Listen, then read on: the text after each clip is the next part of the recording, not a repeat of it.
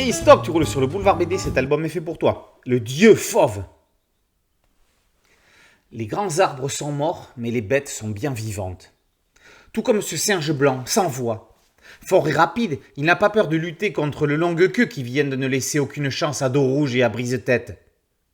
Alors que le clan des singes se repaît du repas offert par la dépouille de la bête, leur héros du jour, sans voix, est capturé par des humains.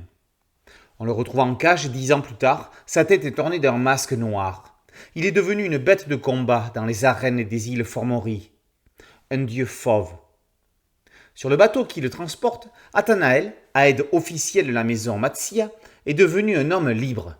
Le poète est accompagné d'Awa, sa jeune disciple. À la faveur d'une tempête et d'un naufrage, Sans Voix s'évade. Alors que les rescapés s'organisent pour rejoindre la capitale, le dieu fauve, lui, n'aspire qu'à se venger. Le dieu fauve est un conte âpre, découpé en 4 chapitres et un épilogue. Chacun d'entre eux suit un personnage. Le singe, le poète Athanaël, la guerrière, puis l'héritière Awa. L'histoire commence comme une fable animalière et se termine en drame, de façon presque inéluctable. On est loin du Fabien Vellman de Seul, du Marquis d'Anaon ou même du dernier Atlas. Il livre ici un album qui ne ressemble en rien à ce qu'il a fait auparavant. Si au niveau du fond du scénario, l'intention est claire, au niveau de la forme, c'est beaucoup plus flou. Il y a très peu de dialogue et beaucoup trop de récitatifs.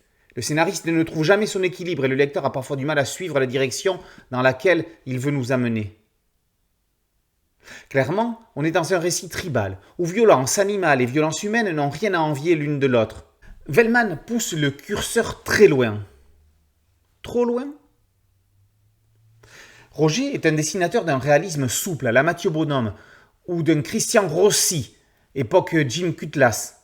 Que l'on soit en territoire perdu, en pleine ville, en jungle ou en mer, le dessinateur de Jas Maynard embarque le lecteur dans l'univers voulu. Comme l'exige le scénario, il joue dans la surenchère de violence, parfois à la limite du supportable. Les combats sont chorégraphiés dans un lyrisme certain. Pour ceux qui passent le cap sanglant, les couleurs en ton ocre, brun, bleu nuit chapitrent et subliment le trait de l'auteur. La couverture, d'apparence banale, est finement pensée. Regardez les gouttes de sang sur le singe, et en particulier celles qui perlent le long de son menton. Tout est résumé sur le pelage et dans le regard de Sans Voix, qui aurait pu s'appeler Sans Voix avec un G à la place du S. À la manière de la plus récente version cinématographique de La Planète des Singes, les auteurs proposent une histoire sans concession, façon Kill Bill.